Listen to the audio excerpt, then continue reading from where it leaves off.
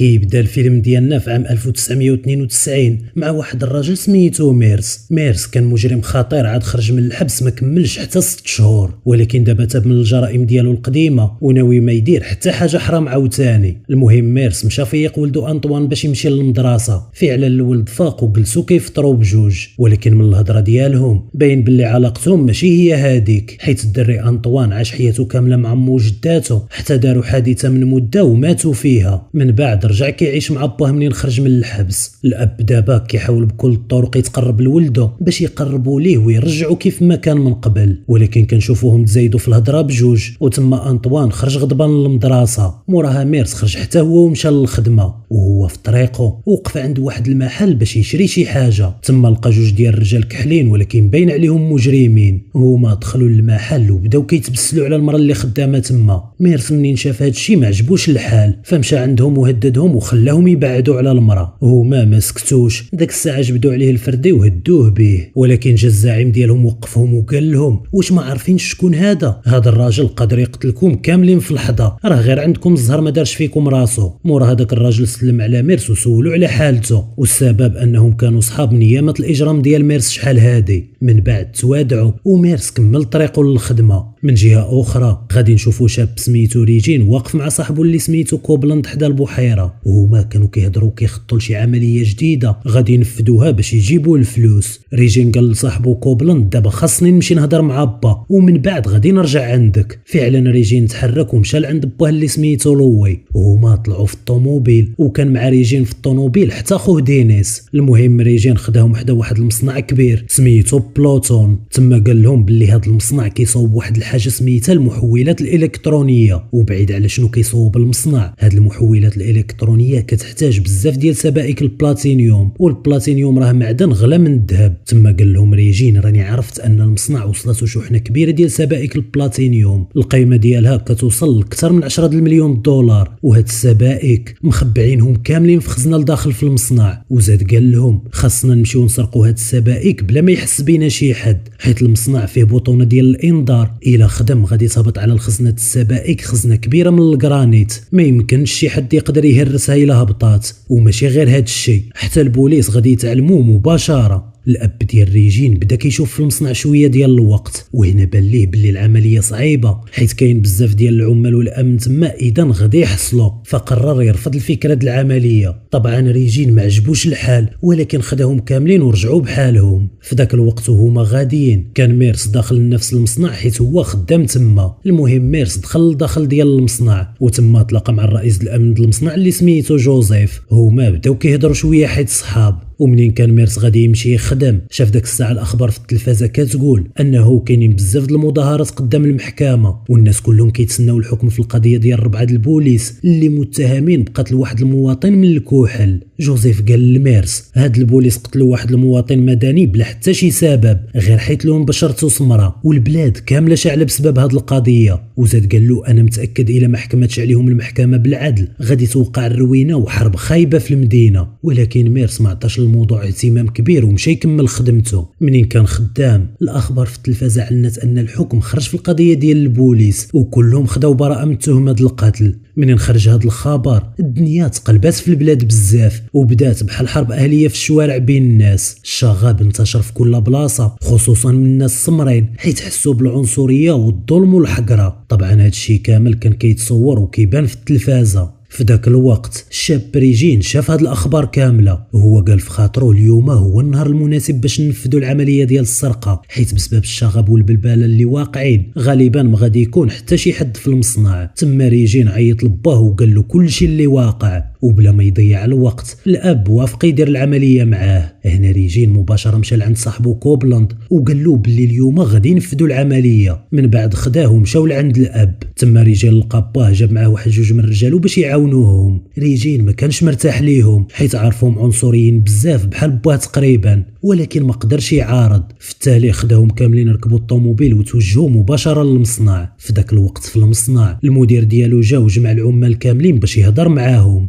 هو قال لهم رجعوا لديوركم دابا حيت الاعمال ديال الشغب كاينه في كل بلاصه في المدينه وانا باغيكم تكونوا في امان. تما العمال وافقوا على هذا القرار وبداو كيخرجوا من المصنع واحد مورا الاخر. اما البطل ديالنا ميرس فمشى لعند الحارس الامن جوزيف وقال له انا عارفك حيت انت الرئيس ديال الامن غالبا ما غاديش تمشي من هنا، غادي تبقى غير انت والحارس ديال الباب. داكشي علاش عندي لك واحد الطلب صغير، انا وولدي عايشين في واحد الحي عامر بالمجرمين واليوم الشغب تما زايد بزاف، عافاك الا كان ممكن سمح لي نجيب ولدي ونجي نبات معاك هنا في المصنع هاد الليله. جوزيف بقى فيه ميرس هو ولده وتعاطف معاهم فوافق على الطلب ديالو. تما ميرس ركب الطوموبيل ومشى نيشان للدار باش يجيب ولده انطوان. مور شويه وصل للحي اللي فيه دارو ولكن لقى الدنيا مرونه، ما كاين غير التهراس والتخريب، الناس كانوا كيدمروا كل شيء قدامهم. ميرس ما عطاش اهميه لهذا الشيء، هو دخل بالزربه للدار باش يجيب ولده انطوان ولكن فاش قلب عليه ما لقاهش كاين، هو تخلع حيت الليل طاح وخاصو دابا يكون في الدار. تما خرج وبدا كيقلب عليه في الزنقه وفي الحي ديالهم ولكن القضيه كانت صعيبه بزاف بسبب الفوضى اللي نايضه. مور شويه ديال التقلاب لقى ولده انطوان في الزنقه واقف ومصدوم من هادشي اللي كيديروا الناس. ميرس خداه بالزربه ركبوا في الطوموبيل ومشاو نيشان للمصنع. وهما في الطريق الدري انطوان قال لباه يوقف باش ينزلوا حيت باغي يشارك مع الناس في داكشي اللي واقع، ولكن باه قال له هاد الروينه اللي كيديروا الناس دابا غلط كبير، هادشي كيبين اننا فوضويين وهمج، المظاهرات ما كيكونوش بالتخريب والاجرام واللي واقع دابا ماشي هو الحل. هنا الدري انطوان سكت حيت اقتنع شويه بالهضره ديال باه، ولكن وهما غاديين في الطريق لقاو باراج دايرها الحكومه ووقفوهم. البوليسي اللي تما في الباراج كان عنصري بزاف، هو نزل ميرس وولده وبدا كيقلبهم بطريقه خايبه وكيعاملهم بواحد الاسلوب ما زوينش. وزيد على هاد الشيء واحد السيد داز حداهم بطوموبيلته كاع ما وقفوا البوليسي، خلاه يدوز عادي غير حيت البشره ديالو بيضه. في داك اللحظه ميرس تعصب بزاف من اللي وقع، خصوصا ان البوليسي بهدل ولده انطوان في التفتيش، ولكن واخا هكاك حاول يصبر ويشد راسو حتى سالوا التفتيش ديالهم، من بعد خلاهم يمشيو.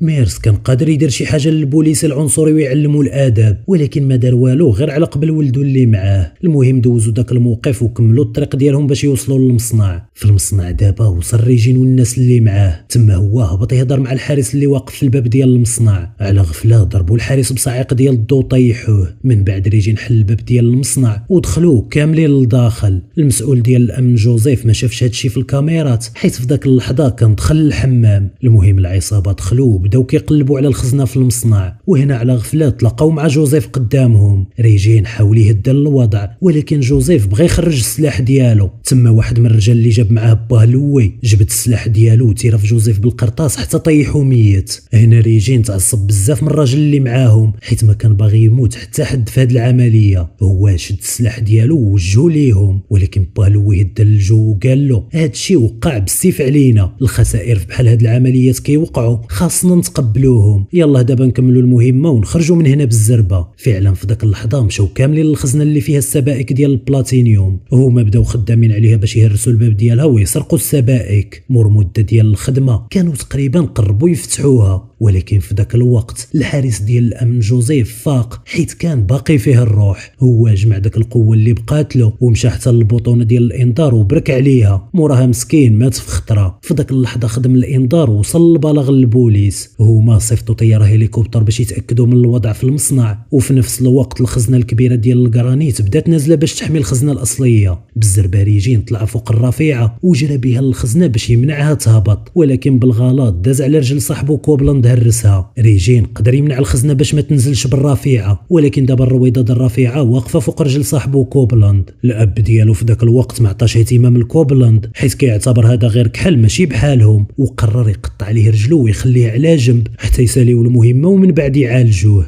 ريجين بقى فيه صاحبه وما بغاش يدير فيه هذا الشيء، ولكن ما كان عنده حتى حل اخر فبالسيف عليه وافق. من بعد رجعوا كاملين يكملوا الخدمه ويفتحوا الخزنه. قبل ما يكملوا وقفوا الانذار هو الاول. في ذاك الوقت الهليكوبتر ديال البوليس دازت من فوق المصنع باش تاكد من الوضع. لوي والناس اللي معاه حبسوا الخدمه وطفاو الضوء كاملين. هكا الهليكوبتر ما شافت حتى حاجه مشبوهه في المصنع فمشات رجعت بحالها. من بعد العصابه ديالنا رجعوا يكملوا الخدمه واخيرا قدروا يحلوا الخزنه فلقاو فيها السبائك ديال البلاتينيوم اللي باغين. في هذا الوقت على برا ديال المصنع وصل ميرس مع ولده انطوان. اول حاجه لاحظ ميرس هي البوابه ديال المصنع خاويه وما كاين حتى واحد حداها. المهم واخا هادشي غريب ما تسوقش بزاف، هو مشى فتح البوابه بيدو ودخل مع ولده للمصنع. منين دخلوا انطوان قال لباه انه باغي يمشي للحمام، تما ميرس وراه فين كاين. من بعد مشى يشوف صاحبه جوزيف، ولكن المشكل هو ان الدري انطوان فاش دخل للحمام لقى دينيس تما. بالزربه دينيس قدر يشدو وداه لعند باه. اما ميرس منين وصل لعند جوزيف لقاه مسكين غارق في دم وميت ومضروب بالقرطاس. هو مباشره فهم انه كاينه شي عصابه لداخل في المصنع. نيشان مشى خدا الفردي الاحتياطي ديال جوزيف وخرج كيقلب على ولده. على غفله تلاقى مع رجال لوي، تما مباشره بداو كيتيريو على بعضياتهم بالسلاح. هنا ميرس جات فيه قرطاسه في يدو وطاح منه الفردي، ولكن قدر يهرب منهم. رجال لوي واخا هكاك بداو كيجريو موراه باش يشدوه، ولكن ميرس بدا كيتختل ويتخبع في المصنع حيت عارفو. حتى وصل عند ريجين اللي كان غادي يركب في الطوموبيل باش يشارجيو فيها السبائك ديال البلاتينيوم. تما ميرس ضربو بالزربه للراس طيحوه فاقد الوعي. من بعد حيد شي بياسه من الطوموبيل باش ما تقدرش تخدم وخدا ريجين راهينه معاه. في ذاك الوقت دينيس وصل بالدري انطوان لعند باه. منين سولوا الاب شكون انت وشنو كدير هنا، انطوان قال لهم انا بابا خدام هنا، وبسبب الشغب اللي واقع على برا جيت للمصنع نقلب عليه، ولكن كاع ما لقيته. عافاكم خليوني نمشي وغادي نخرج من المصنع وما تشوفونيش مره اخرى. لوي بدا كيفكر في هضرته شويه. في نفس الوقت كوبلاند اللي مضروب في رجلو كان كيغوت حيت الحريق مجهد عليه وقريب يموت. تما لوي بدم بارد تيرا فيه قتلو باش ما يبرزطوش بصداعه. في ذاك اللحظه ميرس كان وصل وشاف لوي من البعيد وهو كيقتل كوبلاند اللي اصلا واحد من رجاله، وشاف حتى ولدو كاين معاه، ولكن ما قدرش يقرب باش ما يقتلوش انطوان.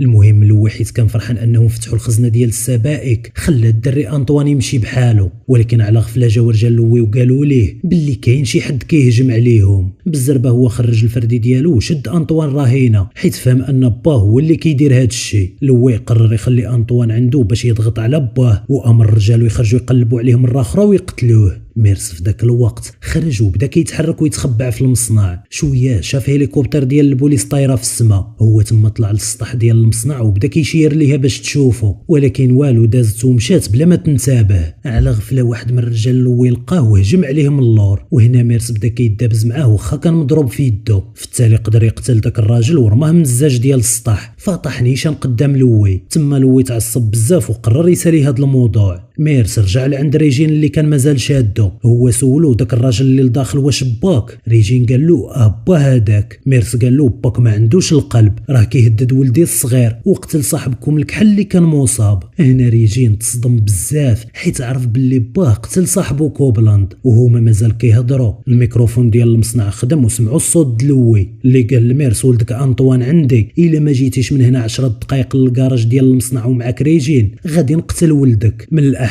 ليك جيب ولدي وخذ ولدك. من بعد سد الميكروفون. موراها لوي بدا كيوجد السبائك ويحطهم في الطوموبيل مع ولدو دينيس والراجل اللي بقى معاه. اما ميرس عيا يفكر وما عرفش شنو يدير، فخدا ريجين ومشى لعند لوي. تما لوي طلب من ميرس يعطيه البياسه اللي حيد من الطوموبيل باش تخدم. ميرس ما كان عنده حتى حل غير يعطيها ليه. داك الساعه الطوموبيل خدمات وحطوا فيها السبائك، ولكن لوي كان غدار وناوي اصلا يقتل ولد ميرس. في داك اللحظه ميرس خرج الفردي وبدا كيتيري، فناض القرطاس كيتشاير منهم كاملين. في وسط هاد الفوضى دينيس خو ريجين جات فيه قرطاسه في ظهره، تما ريجين خدا خوه بالزربه ودخلوا للطوموبيل اللي فيها السبائك. ميرس حتى هو خدا ولدو انطوان وركب معاهم في نفس الطوموبيل. من بعد ديمارا وهربوا كاملين من المصنع، ولكن لوي كاع ما سكت، خدا الراجل اللي معاه ركبوا في الطوموبيل ديال ميرس اللي كانت واقفه وتبعوهم. في هاد اللحظه بدات مطارده كبيره في الطريق من اليمين لليسار. الراجل اللي مع لوي بدا كيتيري بالسلاح على الطوموبيل باش يوقفها. في ذاك الوقت دينيس كانت حالته خطيره وكيموت، في التالي مات بين يدين خوه ريجين. هادشي صافي خلى ريجين يحقد على باه. هو حل الباب اللوراني ديال الطوموبيل وبدا كيتيري على الطوموبيل اللي راكب فيها باه، فتقاص حتى هو، ولكن قدر يقتل الراجل اللي كان مع لوي. منين تقاص ريجين ميرس دور وجهه لعنده باش يشوف شنو وقع. في داك الدور اللي دوروا حيت ما انتبهش للطريق وقعت قصيده وتقلبات بهم الطوموبيل. من بعد هاد القصيده لوي هبط بدم بارد، فلقى السبائك ديال البلاتينيوم اللي ضربوا عليها التماره كامله تشتو في الارض، وولدو دينيس طايح ميت، وريجين حتى هو مضروب وكيموت. هنا لوي حس باللي خسر كل شيء، ولكن دار حاجه ما مفهوماش، هو جبد الفردي تيرا في ولدو ريجين وقتلو. من بعد مشى باش يقتل ميرس ما كانش مضروب بزاف وقدر يخرج من الطوموبيل، ولكن لوي تبتو كان غادي يقتلو على غفله، وقبل ما يديرها تضرب لوي بزاف ديال القرطاس في الظهر ومات. اللي قتلو كان هو الدري انطوان، حيت خرج من الطوموبيل وخدا الفردي يتيرا عليه فاش شافو كيهدد بواه. بهاد الطريقه تسهلت هاد الليله المشؤومه، العصابه كامله ماتت وما ربح حتى واحد فيهم شي حاجه. في الاخير ميرس خدا ولدو وركبوا في طوموبيلتهم اللي مازال خدامه، رجعوا للدار وما علموش البوليس بهاد الشيء اللي وقع، حيت عارفين ان البوليس عنصريين ممكن يتهموهم بكل شيء غير حيت هما من السود. وهنا تسالى الفيلم ديالنا. نتمنى الملخص يكون عجبكم، وما تنساوش تفرجوا في الملخصات الفايته وديروا اشتراك باش تفرجوا في الملخصات الجايه. تهلاو ونتلاقاو في الفيديو الجاي.